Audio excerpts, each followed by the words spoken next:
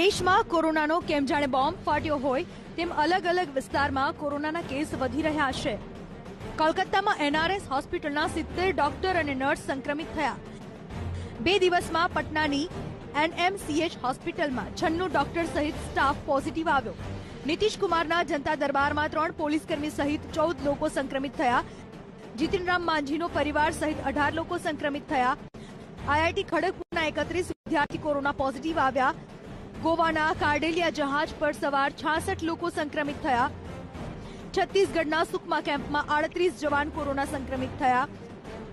કેન્દ્રીય મંત્રી મહેન્દ્ર પાંડે કોરોના સંક્રમિત થયા. પ્રેમ ચોપડા અને તેમના પત્ની પણ સંક્રમિત આવ્યા. તો અભિનેતા જોન અબ્રાહમ, એકતા કપૂરનો પણ રિપોર્ટ પોઝિટિવ આવ્યો. બિહારની રાજધાની પટનાની આ એ જ નાલંદા મેડિકલ કોલેજ છે જ્યાં કોરોનાએ તરખાટ મચાવ્યો. 96 જુનિયર ડોક્ટર અને મેડિકલ સ્ટાફ કોરોના સંક્રમિત થતા હડકંપ મચ્યો. બિહારમાં કોરોનાના 1075 એક્ટિવ કેસ છે. જો કે રાહતની વાત એ છે કે ઓમિક્રોનનો એક પણ કેસ નથી. શરૂઆતમાં જ નવા વેરિયન્ટને કંટ્રોલ કરવા માટે બિહારના મુખ્યમંત્રી નીતિશ કુમારે મિની લોકડાઉનના સંકેત આપ્યા હતા. कल इसके बारे में बैठक करके आगे क्या क्या हम लोगों को करना है उसका निर्णय लिया जाए. पाबंदियां लगानी क्योंकि रोज रोज बढ़ रहा है ना, तब एक बार अगर 7 दिन के लिए करिएगा, ज्यादा लंबा समय करे तो अभी नहीं कर सकते. બિહારથી અંદાજે 1500 કિલોમીટર દૂર મહારાષ્ટ્રમાં કોરોના બેકાબુ બન્યો છે. મહારાષ્ટ્રમાં 45,716 એક્ટિવ કેસ છે. આજે મુંબઈમાં નવા 8,082 કેસ નોંધાયા.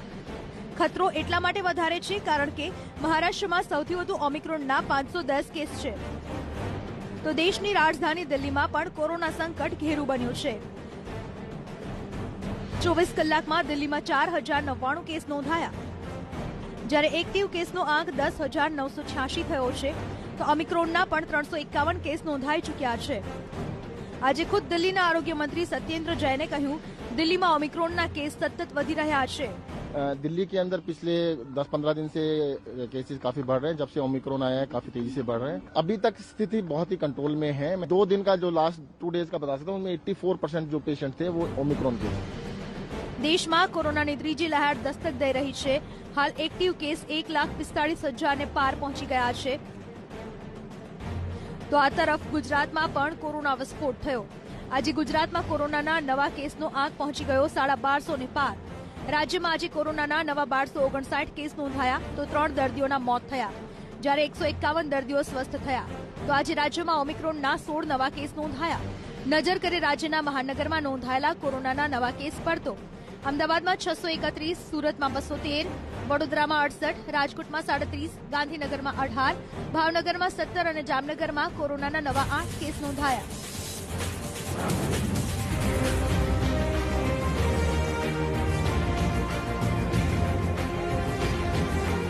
સમગ્ર દેશમાં આજથી 15 થી 17 વર્ષના તરુણોના વેક્સિનેશનનો પ્રારંભ થયો.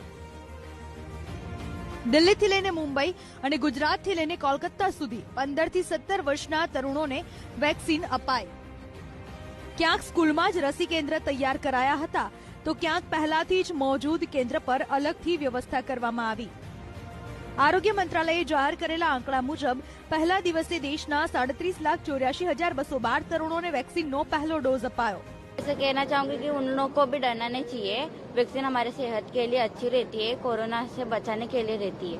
सर वैक्सीन लग रहा है तो बहुत अच्छी बात है, क्योंकि सर वैक्सीन आगे चल के हमें बहुत फायदा होने वाला है. इससे बहुत कोई भी हमें कोरोना वगैरह हमें टच नहीं कर पाएगा. कि जिसमें जिस तरह से कोविन ऐप पे इसका जो रजिस्ट्रेशन था वो 1 जनवरी से शुरू हो गया था. रजिस्ट्रेशन शुरू होने के बाद हमने शुरू में इनिशियली 40 स्लॉट रखा था, बट 40 स्लॉट कुछ ही मिनटों के अंदर बुक हो गया, क्योंकि हमें पता था कि हमें ऑफलाइन भी करना है, वॉक इन भी करना है बच्चों का.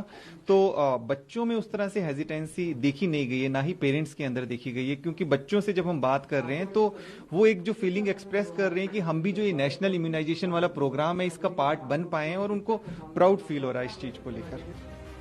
તો આ તરફ ગુજરાતમાં પણ 15 થી 18 વર્ષના તરુણોના રસીકરણ અભિયાનનો શુભારંભ થયો. ગાંધીનગરના જીડીએમ કોબાવાલા હાઈસ્કૂલમાં મુખ્યમંત્રીએ તરુણોના રસીકરણ અભિયાનનો પ્રારંભ કરાવ્યો. મુખ્યમંત્રીએ રસીકરણની કામગીરી નિહાળી તરુણો સાથે સંવાદ પણ કર્યો. આજે માનનીય મુખ્યમંત્રીશ્રીએ અહીંયા ગાંધીનગરની શાળામાં જે 15 થી 18 વર્ષના બાળકો માટેનું વેક્સિનેશન ચાલુ થઈ રહ્યું છે. આની શુભ શરૂઆત કરાવેલી છે. આપણા રાજ્યમાં 15 થી 18 વર્ષમાં આશરે 35,58,000 બાળકો છે. એમની માટે આખી રાજ્યવ્યાપી આજથી ઝુંબેશ શરૂ કરવામાં આવી છે. તમામ શાળાઓમાં અમારી ટીમો જઈને તમામ બાળકોનું વેક્સિનેશન કરશે. તો આરોગ્ય મંત્રી ઋષિકેશ પટેલે અમદાવાદ સિવિલમાં તરુણોના રસીકરણનો પ્રારંભ કરાવ્યો. 9મી જાન્યુઆરી સુધીમાં અમદાવાદમાં 2.5 લાખ જેટલા તરુણોના રસીકરણનો ટાર્ગેટ છે. અમદાવાદમાં તરુણોને તિલક કરી વેક્સિનેશન રૂમમાં મોકલાયા. તો સુરતમાં 9મી જાન્યુઆરી સુધીમાં 1,92,000 વિદ્યાર્થીઓને રસી આપવાનો લક્ષ્યાંક છે. આજે 50,000 જેટલા વિદ્યાર્થીઓને રસી અપાઈ. તો વડોદરામાં તરુણોના રસીકરણ માટે 79 વેક્સિનેશન સેન્ટર શરૂ કરાયા. વડોદરામાં 1,65,000 તરુણોને રસી આપવાનો લક્ષ્યાંક છે. તો રાજકોટમાં 350 શાળા કોલેજ અને આઈટીઆઈમાં તરુણોના રસીકરણની કામગીરી શરૂ કરાઈ. 80,000 તરુણોને રસી આપવાનો લક્ષ્યાંક છે. ખૂબ જ ઉત્સાહ છે અને લકી ફીલ થાય છે કે અમારું સૌથી પહેલા વારો આવે છે અત્યારે. હા, થોડી હતી કારણ કે વેક્સિન બધા મોટાનું વેક્સિનેશન થઈ ગયું હતું અને અમારું હજી બાકી હતું. હા, બધા લોકોને લેવું જોઈએ. વેક્સિન બહુ સારું છે અને આપણે સ્ટડી માટે હજી ફેથફુલ છે. જો અમે વેક્સિન લેશું તો આપણા સ્ટડીમાં બોર્ડના એક્ઝામ દઈ શકશું આપણે.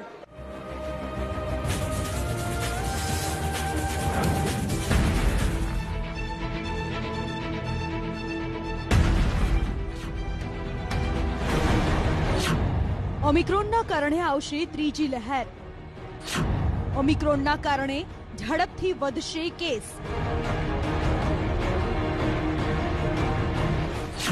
ત્રીજી લહેરના પીક પર દરરોજ આવશે 2 લાખથી વધુ કેસ. વેક્સિન લેનાર લોકો પણ થશે સંક્રમિત.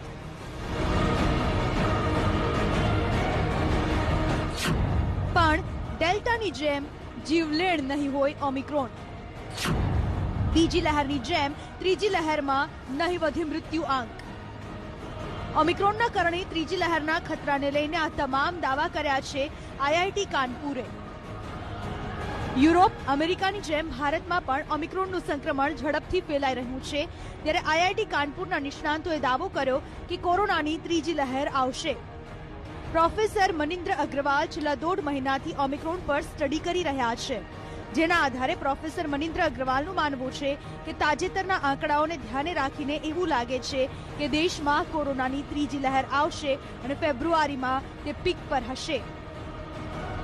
पहला हमारा आकलन ये था कि जिस प्रकार साउथ अफ्रीका में फैला शायद उसी प्रकार से भारत में फैलेगा. तो उस हिसाब से हमने अंदाज लगा के भारत में कुछ प्रोजेक्शन निकाले थे. तो उसके हिसाब से अधिकतम केस की संख्या 2 लाख के आसपास जा रही थी. लेकिन अभी भारत में जिस अब फैलना शुरू हुआ है तो ये डेटा देख के दिख रहा है कि शायद यहाँ पे कुछ अलग ट्रेजेक्टरी होगी. પ્રોફેસર મનિન્દ્ર મુજબ જે રીતે દિલ્હી અને મુંબઈમાં કેસ વધી રહ્યા છે તે રીતે દેશમાં કોરોનાની જ્યારે ત્રીજી લહેર પીક પર હશે ત્યારે દરરોજ 2 લાખથી વધુ કેસ આવી શકે છે. તેમ છતાં અંતિમ અનુમાન માટે હજુ 1 સપ્તાહની રાહ જોવી પડશે. આઈઆઈટી કાનપુરના રિસર્ચ મુજબ નેચરલ હોય કે વેક્સિનથી બનેલી ઇમ્યુનિટી હોય, બંને ઓમિક્રોન સામે કારગર નથી. પણ રાહતની વાત એ છે કે ઇન્ફેક્શન ભલે જલ્દીથી ફેલાય પણ દર્દીઓને હોસ્પિટલાઇઝ કરવાની જરૂર નહીં પડે. ये 2 चीजें जो अभी मैं कह सकता हूँ कि एक तो संख्या बढ़ेगी काफी तेजी से और अधिक बढ़ेगी, लेकिन शायद उसमें अधिकतर लोगों को तो एक हल्का कफ कोल्ड फ्लू होके ठीक हो जाएंगे. तो उसमें कोई चिंता करने की आवश्यकता नहीं. રિસર્ચમાં એવું પણ કહેવાયું છે કે ઓમિક્રોનનું સંક્રમણ ઝડપથી ફેલાઈ રહ્યું છે. પણ સામાન્ય કફ અને તાવ બાદ લોકો સાજા થઈ જશે, જેથી ડરવાની વાત નથી. પણ સાવધાન અને સતર્ક રહી કોરોનાની ગાઈડલાઈનનું પાલન કરવું જરૂરી છે. 5 રાજ્યોમાં ચૂંટણી નજીક હોવાથી દરરોજ યોજાતી રેલીમાં ભારે ભીડ ઉમટી રહી છે. ત્યારે આઈઆઈટી કાનપુરના રિસર્ચમાં એવો પણ દાવો કરાયો કે રેલીઓના કારણે ત્રીજી લહેરની પીક વહેલી આવશે. रैलियों में एक आने पे लोग एक सुपर स्प्रेडर इवेंट टाइप का होता है कि कई सारे लोगों में इन्फेक्शन बढ़ जाता है. तो इसके कारण से इन्फेक्शन थोड़ा जल्दी फैलता है.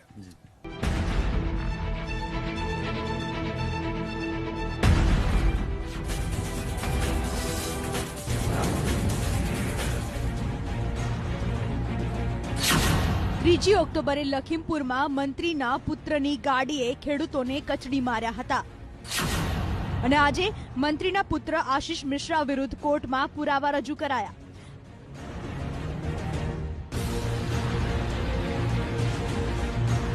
લખીમપુર કોર્ટમાં આજે જ્યારે ઉત્તર પ્રદેશ એસઆઈટીની ટીમ ચાર્જશીટ સાથે પહોંચી તો હંગામો શરૂ થઈ ગયો. ત્યારબાદ એસઆઈટીના સભ્યોએ લખીમપુર ખીરીકાંડ મામલે 5000 પાનાની ચાર્જશીટ रजू करी. चार्जशीट दाखिल कर दी गई है क्या? किस मामले में? ठीक है, वही तिकुनिया हिंसा मामले से जुड़ी. ठीक. अच्छा, कोई नाम कुछ नाम भी बढ़े हैं क्या? ये क्या धारा लगी क्या उन पे? ठीक. एसआईटी आज 5000 पानानी चार्जशीट कोर्टમાં રજૂ કરી. કેન્દ્રીય ગૃહ રાજ્ય મંત્રી અજય મિશ્રા ટેનીના પુત્ર આશિષને આરોપી બનાવાયો. આશિષની નજીકનો વિરેન્દ્રકુમાર શુક્લાનું પણ નામ સામે આવ્યું. સૂત્રો મુજબ ચાર્જશીટમાં દુર્ઘટના નહીં, ષડયંત્ર રચવામાં આવ્યું હોવાનો ઘટસ્ફોટ થયો. જો કે ચાર્જશીટમાં અજય મિશ્રા ટેનીનું નામ નથી. 3 ઓક્ટોબરે ઉત્તર પ્રદેશના લખીમપુર ખીરીમાં ખેડૂતો પર કાર ચઢાવવામાં આવી હતી. ત્યારબાદ હિંસા ફાટી નીકળી હતી. હિંસા દરમિયાન પત્રકાર સહિત 8 લોકોની હત્યા કરાઈ હતી. હત્યાનો મુખ્ય આરોપી આશિષ મિશ્રા હાલ જેલમાં છે. ચાર્જશીટથી એ વાત સ્પષ્ટ થાય છે કે આગામી દિવસોમાં આશિષ મિશ્રાની મુશ્કેલી વધશે. और फिर मथुरा वृंदावन कैसे छूट जाएगा? वृश्चिक की पवित्र रज का कण कण ये चाहता है.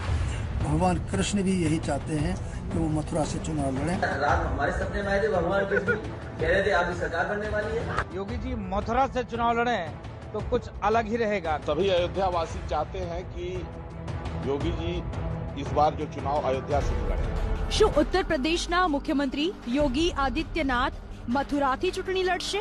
ભાજપના રાજ્યસભાના સાંસદ હરનાથસિંહ યાદવના આ પત્ર બાદ આ પ્રકારની અટકળો વહેતી થઈ છે. હરનાથસિંહે ભાજપના રાષ્ટ્રીય અધ્યક્ષ જેપી નડ્ડા સમક્ષ માંગ કરી કે યોગી આદિત્યનાથને મથુરાથી વિધાનસભાની ચૂંટણી લડાવવામાં આવે. આ અંગે જ્યારે તેમને સવાલ પૂછાયો તો તેમણે આની પાછળ એક સપનાનું કારણ આપ્યું. मुझे तो रात्रि को 2 बार स्वप्न आए. दोनों बार मुझे ऐसा लगा कि भगवान कृष्ण मुझसे कह रहे हैं कि मैं उनके और अपने राष्ट्रीय अध्यक्ष जी के बीच में मध्यस्थ बन करके उनका संदेश भेजूं कि वो मथुरा से चुनाव लड़े. उस आदरणीय नड्डा जी को पत्र लिखा है और मैंने कहा कि वृश्चिक की पवित्र रज का कण कण ये चाहता है. भगवान कृष्ण भी यही चाहते हैं कि वो मथुरा से चुनाव लड़े. તો આ તરફ સમાજવાદી પાર્ટીના અધ્યક્ષ અખિલેશ યાદવ પણ દાવો કરી રહ્યા છે કે ભગવાન કૃષ્ણ પણ દરરોજ તેમના સપનામાં આવી સરકાર બનાવવાના આશીર્વાદ આપે છે. जब ये चुनाव लड़ने जाएंगे हमारे बाबा मुख्यमंत्री जी, जिस भी क्षेत्र में जाए उस क्षेत्र की जनता इनसे पूछेगी कि अगर बेटा परीक्षा में न पास हो पा रहा हो तो कई बार माँ बाप और चाचा भी जाते हैं थोड़ी नकल कराने. तो हमारे बाबा मुख्यमंत्री फेल हो चुके हैं, अब उनको कोई पास नहीं कर सकता. रात हमारे सपने में आए थे, भगवान कृष्ण कह रहे थे आपकी सरकार बनने वाली है. और एक बार नहीं आए, हर दिन आते हैं. યોગીના મથુરાથી લડવા પાછળની અટકળો શરૂ થયાને 5 દિવસ પહેલા યોગી આદિત્યનાથે પોતાની રેલીમાં મથુરામાં ભવ્ય મંદિર બનાવવાનો વિશ્વાસ વ્યક્ત કર્યો હતો. हमने कहा था अयोध्या में प्रभु राम का भव्य मंदिर निर्माण का कार्य प्रारंभ कराएंगे. मोदी जी ने कार्य प्रारंभ करा दिया है ना, खुश हैं? अयोध्या में राम मंदिर बनने से खुश हैं सभी लोग. और अभी काशी में भगवान विश्वनाथ का धाम भी भव्य रूप से बन रहा है, आपने देख लिया ना. और फिर मथुरा वृंदावन कैसे छूट जाएगा? वहां पर भी काम भव्यता के साथ आगे बढ़ चुका है. ઉત્તર પ્રદેશ વિધાનસભાની ચૂંટણીની જાહેરાત પહેલા ભાજપના નેતાઓ વારંવાર મથુરાનો ઉલ્લેખ કરતા આવ્યા છે. અને જો યોગી મથુરાથી ચૂંટણી લડે પણ છે તો ન માત્ર મથુરામાં ભવ્ય મંદિર બનવાની આશા જીવંત થશે, પણ પશ્ચિમ ઉત્તર પ્રદેશમાં ખેડૂત આંદોલનને કારણે ભાજપ પ્રત્યેની નારાજગી પણ દૂર થશે. ये योगी जी का भी सौभाग्य होगा कि वो ठाकुर जी की नगरी से, जन्मस्थली से चुनाव लड़ेंगे. और आवश्यकता अब मथुरा से, ब्रज से चुनाव लड़ने की अधिक है, क्योंकि राम मंदिर का कार्य पूर्ण हो चुका है, काशी का भी हो चुका है. अब हमारा जो एजेंडा था साधु संतों का, भाजपा का, संघ का, वो मथुरा का था। तो अब हमारे योगी जी मथुरा से अगर चुनाव लड़ते हैं तो ये संगठन के लिए, भाजपा के लिए और धर्म के लिए बहुत उचित रहेगा। खास बात એ છે કે 2007 થી ઉત્તર પ્રદેશના જે નેતા મુખ્યમંત્રી બન્યા છે તેઓ વિધાનસભાની ચૂંટણી નથી લડ્યા। 2007 અને 2012 માં માયાવતી, 2012 અને 2017 માં અખિલેશ યાદવ ચૂંટણી ન લડ્યા। 2017 માં યોગી આદિત્યનાથ પણ ચૂંટણી નહોતા લડ્યા। છેલ્લી વાર 2007 માં મુલાયમ સિંહ યાદવ ચૂંટણી લડ્યા હતા। 1998 થી યોગી આદિત્યનાથ સતત 5 વખત ગોરખપુરથી સાંસદ તરીકે ચૂંટાયા હતા।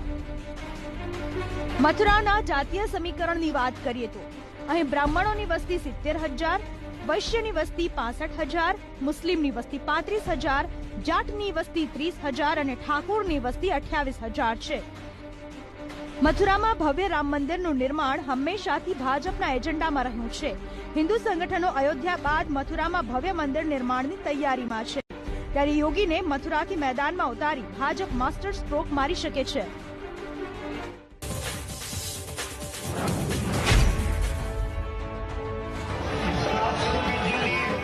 यहाँ के पूर्व सांसद जब एक मंदिर में गए और मंदिर में घुटने टेक करके पूजा करने के दृश्य बैठने के लिए घुटना टेक करके जैसे बैठे तो पुजारी ने कहा भी पालती मार के बैठो। उन्होंने कहा नहीं हमें जानकारी नहीं।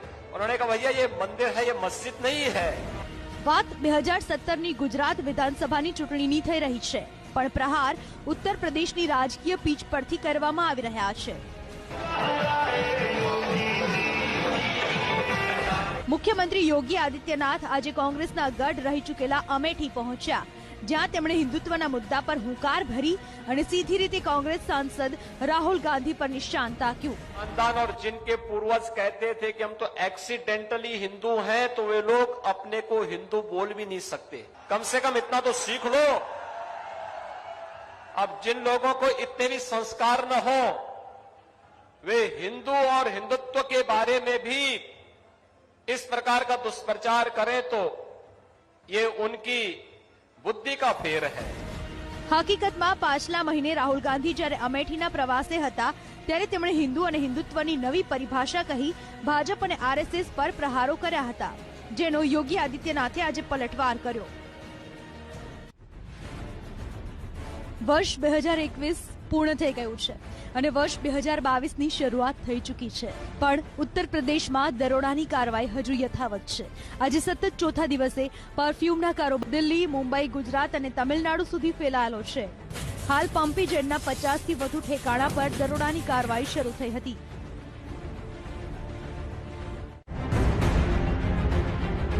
18 साल से ऊपर की हर महिला को हजार रुपए हर महीने आपके अकाउंट में पंजाब सरकार डलाएगी। मैं केजरीवाल वांग जुमले नहीं मारना आया, मैं थोनू जबान दूंगा। होम मेकर ने उन्होंने हर महीने पंजाब सरकार वालों 2000 रुपया दिता जाएगा और 8 सिलेंडर फ्री दिते जाएंगे। પંજાબમાં સત્તા મેળવવા માટે પહેલા આમ આદમી પાર્ટીએ પંજાબની મહિલાને પ્રતિ મહિને 1000 રૂપિયા આપવાનું વચન આપ્યું હતું। આજે કોંગ્રેસે આ આંકડો ડબલ કર્યો। પંજાબ કોંગ્રેસના પ્રદેશ અધ્યક્ષ નવજોત સિંહ સિદ્ધુએ પંજાબની મહિલાઓને પ્રતિ મહિને 2000 રૂપિયા આપવાની જાહેરાત કરી। પંજાબના બરનાલમાં ઘોષણાપત્ર જાહેર કરતા સિદ્ધુએ મહિલાઓ માટે એક બાદ એક જાહેરાતો કરી। જો પંજાબમાં ફરી કોંગ્રેસની સરકાર બની તો પ્રતિ વર્ષ મહિલાઓને 8 સિલિન્ડર ફ્રીમાં અપાશે। ધોરણ 5 બાદ દીકરીને 5000, ધોરણ 10 બાદ 15000 અને ધોરણ 12 બાદ 20000ની સહાય અપાશે। કોલેજમાં અભ્યાસ કરતી યુવતીને સ્કૂટી અપાશે। વિદેશ ભણવા ઇચ્છતી યુવતીઓને ટેબ્લેટ અપાશે। ગૃહ ઉદ્યોગ માટે મહિલાઓને 2 લાખ સુધીની લોન અપાશે। પંજાબમાં મહિલાઓ માટે રાજકીય પક્ષોની આટલી મહેરબાની પાછળનું કારણ પણ છે। પંજાબમાં અંદાજે 99 લાખ મહિલા વોટર્સ છે। ગત વિધાનસભાની ચૂંટણીમાં પુરુષોની સરખામણીએ મહિલાઓએ વધુ મતદાન કર્યું હતું। ગત ચૂંટણીમાં 77.4% મતદાન થયું હતું, જેમાંથી 78.14% મહિલાઓએ મતદાન કર્યું હતું, જ્યારે 76.69% પુરુષોએ મતદાન કર્યું હતું. પંજાબમાં સત્તા વાપસી માટે કોંગ્રેસ તમામ સમીકરણો સાધવાની કોશિશ કરી રહી છે, પણ પાર્ટીનો આંતરિક ઝઘડો શાંત થવાનું નામ નથી લેતો. પંજાબના ગૃહમંત્રી સુખવિંદર રંધાવાએ સિદ્ધુ વિરુદ્ધ આજે ખુલીને મોરચો માંડ્યો. प्रधान जी नाराज ने, मैं कहा जो तो मैं होम मिनिस्टर बनया प्रधान जी मेरे नाल नाराज ने. પંજાબ વિધાનસભાની ચૂંટણી નજીક છે, પણ અમરિંદરસિંહના પાર્ટી છોડ્યા બાદ કોંગ્રેસનો વિખવાદ ખુલીને સામે આવી રહ્યો છે. એક તરફ જ્યાં પંજાબમાં આપ મજબૂત થઈ રહી છે, તો બીજી તરફ પોતાના જ નેતાઓની લડાઈમાં કોંગ્રેસ ફસાતી જઈ રહી છે.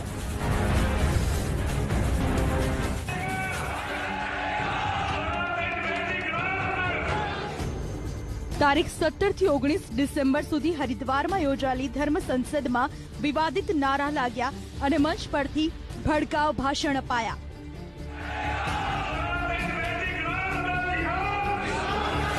હવે આ સમગ્ર કેસની તપાસ માટે ઉત્તરાખંડ પોલીસે એસઆઈટીનું ગઠન કર્યું હતું. ટીમમાં 5 સભ્યો હશે, જે સમગ્ર કેસની તપાસ કરશે. હરિદ્વારમાં જે કેસ નોંધાયો તેમાં 5 લોકો સામેલ છે. વસીમ રિઝવી ઉર્ફ જીતેન્દ્ર નારાયણ ત્યાગીને આરોપી બનાવાયા છે. સાથે જ સાધ્વી અન્નપૂર્ણા ધર્મદાસ, સંત સિંધુ સાગર અને ધર્મ સંસદનું આયોજન કરનાર पुजारी नरसिम्हानंदનું नाम शामिल है. क्योंकि उसमें पहले एक नाम था, तो एक नाम के बाद जैसे जैसे हमारे आईओ ने इन्वेस्टिगेशन को आगे बढ़ाया तो वीडियोज का अवलोकन किया, उसमें 2 नाम बढ़े, फिर अभी और 2 नाम 1-2 दिन पहले बढ़े हैं. वर्तमान में मैंने आपको बताया ना कि विवेचना जारी है, तो विवेचना के हिसाब से जो जो फैक्ट आते जाएंगे हमारी विवेचना आगे चलेगी. नरसिम्हानंद गाजियाबादना दासना मंदिरना मुख्य पुजारी है. ये आ गया है तो बहुत अच्छी बात है. मैं तो चाहता था सबसे पहले मेरे खिलाफ और मेरे अकेले के खिलाफ हो. जो भी हो गया उसे देखेंगे. कानूनी हम हर तरह से देखने में सक्षम है और देखेंगे. धर्म संसद रुकेगी नहीं. ये ज्वाला है, ये हमारी आहुति चाहती है, हमारा बलिदान चाहती है. जैसे जैसे हम बलिदान देंगे ये यज्ञ की ज्वाला और प्रचंड होगी. एसआईटी गठित की है उन्होंने, उनका काम है. देखिए वो मुसलमानों के दबाव में है. हरिद्वार में और बरेली में, देहरादून में मुसलमानों ने बहुत बड़ी संख्या में इकट्ठा होकर उत्पात मचाया है. वो डर गए हैं मुसलमानों से, डर गए. हरिद्वाરની મળેલી ધર્મ સંસદના એક સમુદાય વિરુદ્ધ ભડકાઉ ભાષણ અપાયું હતું. સુપ્રીમ કોર્ટે પણ સમગ્ર મામલાની નોંધ લીધી હતી. હવે ગમે ત્યારે આરોપીઓની ધરપકડ થઈ શકે છે. આ દ્રશ્ય ઉત્તર પ્રદેશના અલીગઢના છે, જ્યાં મુસ્લિમ વિદ્યાર્થીઓએ હરિદ્વારની ધર્મ સંસદમાં ભડકાઉ ભાષણના વિરોધમાં માર્ચ કાઢી. હકીકતમાં અલીગઢમાં પણ 23મી જાન્યુઆરીએ હિન્દુવાદી સંગઠનોએ ધર્મ સંસદ યોજવાની જાહેરાત કરી છે.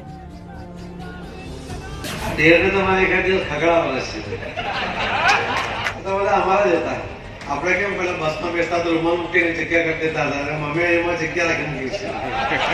બધા જ લોકો ઈચ્છતા હોય છે કે કોઈ ચૂંટાયેલી વ્યક્તિ અથવા તો ભવિષ્યમાં ચૂંટાઈ શકે એવી વ્યક્તિ કોઈ હોય તો એ ચોક્કસપણે પાર્ટીમાં આવે, એટલા માટે એમણે આવું નિવેદન કર્યું છે. કોંગ્રેસ માટે મારા જે વસમાં છે ત્યાં સુધી અમે કોઈ કોંગ્રેસને લેવા માટે તૈયાર નથી. હું તો બોલીશ રાત્રે 8 વાગે ભાજપમાં કોણ થશે ઇન, કોણ થશે આઉટ.